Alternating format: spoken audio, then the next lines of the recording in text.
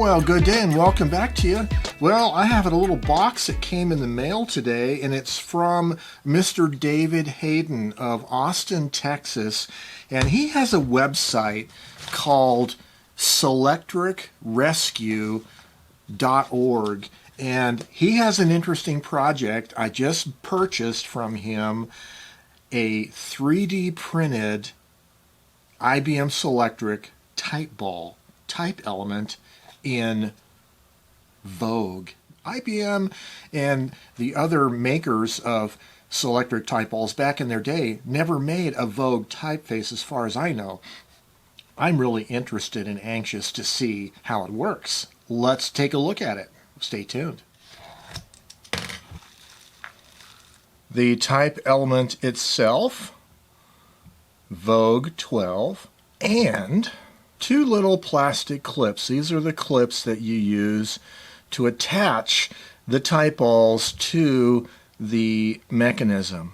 And on the link that he supplied to his website, he has instructions for how to install and take off the clips, how to remove and install this.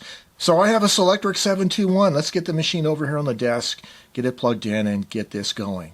Okay, so the machine is powered off, and I'm going to remove the existing type element out of it. Okay, so arrow goes toward the back, and then you have to push it down far enough so the little groove in the shaft is showing. And then we have these little clips, one clip, and according to David's instruction, you want to immobilize the type element and then slip this clip on it like that. So my typewriter is a type 721, which means it has a cartridge with a cloth ribbon. So this is not a carbon film ribbon machine like you would expect. So let's just do some test typing of all the characters. Well, the results. It is a very elegant looking Vogue typeface for certain.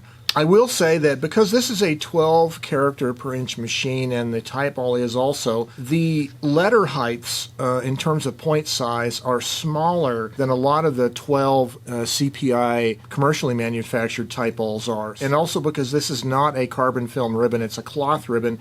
There is a little bit of, let's say, mushiness or sloppiness to it, especially in the tiny little loops of like the letter E, for instance. I just don't see any opening there. But having said that, it's a very distinctive look, and it prints nice and dark on this laser paper.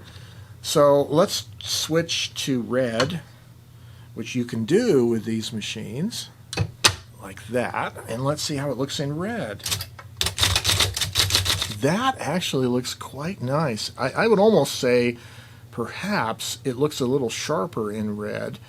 Maybe that's just my imagination, but that is very distinctive. So if you have an IBM 721 like mine, there's a little red lever on the drive mechanism, and mine was set to 3. This is the impression control, but I set it down to 1, and it makes a difference. I've also adjusted the copy control lever here from the second from the front, which was the normal position, to the very lightest. So between doing both of those, now I did a typing test, and it looks like the imprints are noticeably crisper. So I found when I put the clip on to mount these 3D printed type balls, I like putting it on from the side. And the reason why is if you have it mounted from the front, the height of this clip could obstruct your typing line. It depends on how tall your chair is. But if you put it on the side, right now we're in the lowercase position, then the uppercase position is like that. So either one gives you line of sight toward your typing line. And I understand why David made the clip as tall as it is, because it gives you a little purchase with your fingers to pull it off. One other thing I should mention is if you have the 721 variety of Selectric like I do with a cloth ribbon cartridge, cartridge, there's something unique to the 721s, which is you're going to get typewriter ink eventually building up and messing up the type ball element. Then messing up meaning you're going to have to clean it. So this is something that most carbon film Selectrics, like Selectric 2s and 3s, you don't have to worry about because the carbon film doesn't really leave a residue. But the cloth ribbon leaves ink just like a type bar machine, and so you'll have to pull off your type element and clean it. And here's an example of a letter Gothic type element that definitely has been used, and it's starting to get inky, and I need to clean it now. So just be aware you will have to clean these once in a while. Well, of course, one of the appeals of the IBM Selectrics was the fact that they did have interchangeable type elements. It enabled you to change your typeface at a very quick pace, pop in a new type ball, and you're good to go. But now we have the possibility of typefaces that were never made for the IBM Selectrics in their day. And I'm really especially amazed and proud of David Hayden for having done this and took on this big project. And so far, I'm really impressed with it, actually. And I like his little clip system that he's using, very ingenious. Looks like it's going to work good. Well, I'm looking forward to exploring his website and buying a few more of these interesting typefaces so I can put my Selectric 721 to better use with a wider variety of typefaces. Doesn't that sound fun? Yes, it does.